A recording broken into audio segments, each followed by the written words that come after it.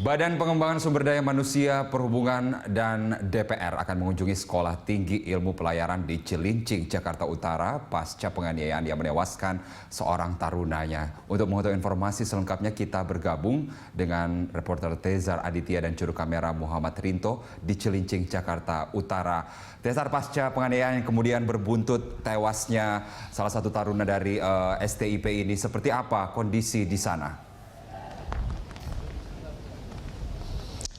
Ya, kalau memang kita pantau hari ini pasca tewasnya taruna tingkat 1 di Sekolah Tinggi Ilmu Pelayaran yang ada di Cilincing, Jakarta Utara ini, memang aktivitas juga pihak sekolah mengatakan bahwa dikondisikan agar selalu kondusif terhadap kegiatan belajar mengajar maupun aktivitas dari para taruna di dalam STIP ini. Kami juga pantau tadi pagi memang sebelum dari aktivitas belajar mengajar dilakukan, para taruna juga berolahraga seperti biasanya. Kemudian para taruna langsung masuk ke dalam kelas di bagian belakang STIP ini, dan memang untuk mengkondusifkan kegiatan belajar mengajar, para media juga dilarang untuk masuk dalam kawasan kampus maupun dari kawasan tempat tinggal atau asrama para taruna. Jadi media diperbolehkan hanya masuk sampai bagian perkantoran di kawasan wilayah depan ini.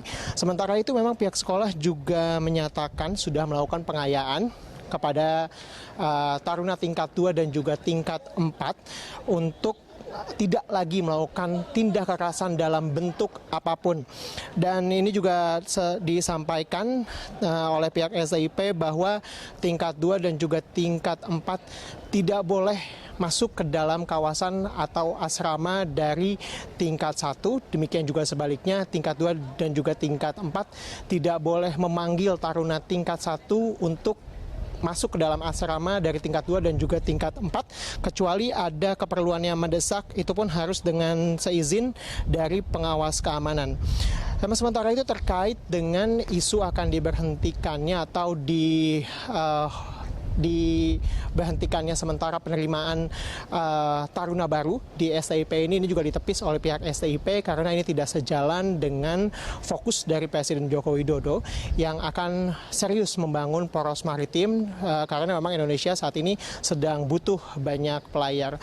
Sementara itu memang jika kita melihat di kampus ini sebenarnya, Carlos, di berbagai sudut sudah terlihat bagaimana kemudian sebenarnya kampus sudah melakukan antisipasi dengan adanya kekerasan, dengan banyaknya banner-banner yang bertuliskan pelaku tindak kekerasan atau pemukulan akan dikeluarkan dari STIP. Sejak kami masuk juga tulisan itu sudah ada, kemudian di belakang kami juga sebenarnya sudah ada besar Carlos bacaannya. Tapi ini juga tidak kemudian lantas menghilangkan kekerasan yang ada di STIP. Sebenarnya jika kita lihat bersama bahwa kekerasan ini juga sudah pernah terjadi sejak tahun 2008 lalu. Carlos.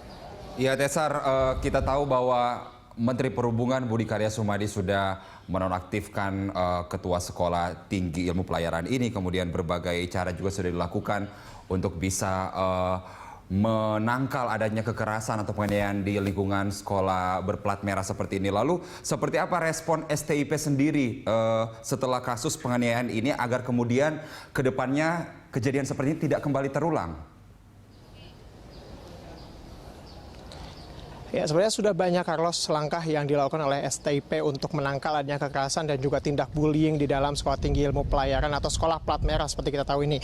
Salah satunya adalah benar sekali seperti Carlos yang sebutkan tadi bahwa kepala sekolah atau kepala STIP ini sudah dicopot. Yang sebelumnya adalah Kapten Weku Karuntu, sudah diganti dengan PLT Ketua STIP yang baru Arifin Sunarjo dan juga yang sempat kami wawancarai tadi. Dan langkah kedua yang dilakukan adalah 4 taruna yang telah menjadi tersangka. 4 dari 5 taruna yang telah ditetapkan menjadi tersangka ini sudah diberhentikan dari STIP, sementara 1 lainnya masih menunggu dari pemeriksaan pihak kepolisian. Jika nantinya terbukti melakukan tindak kekerasan juga kepada Amir atau korban, ini juga nantinya juga akan diberhentikan. Namun untuk sementara ini status dari salah satu tersangka ini masih nonaktif. Kemudian langkah ketiga yang dilakukan adalah pembentukan tim investigasi atas arahan dari Kementerian Perhubungan. Tim investigasi nantinya bekerja untuk mengevaluasi sistem yang menjadi celah terjadinya kekerasan antara senior kepada junior sehingga berujung kepada kematian. Investigasi ini meliputi berbagai aspek, Carlos, seperti misalnya keamanan, kemudian juga investigasi dari rekaman CCTV, kemudian juga sumber daya manusia dari pengawas dan juga instruktur yang ada di STIP ini. Dan Dari PLT Kepala STIP yang baru juga menyatakan nantinya juga rencana penambahan pengamanan juga akan dilakukan. Memang pengamanan hingga saat ini juga masih belum proporsional antara petugas dari pengawas dan juga pengamanan dengan banyaknya taruna yang ada di sini.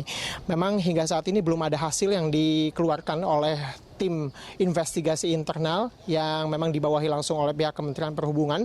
Namun pihak Kepala STIP juga PLT Kepala STIP yang ditunjuk juga berjanji akan memperkirakan hasilnya akan keluar besok dari hasil investigasi tim internal. Sementara dari pihak STIP juga menghimbau kepada orang tua dari tingkat 1 agar kemudian melaporkan kepada pihak STIP jika anaknya menjadi korban kekerasan ataupun tindak bullying di dalam STIP dan juga menjamin kerahasiaan dari informasi tersebut.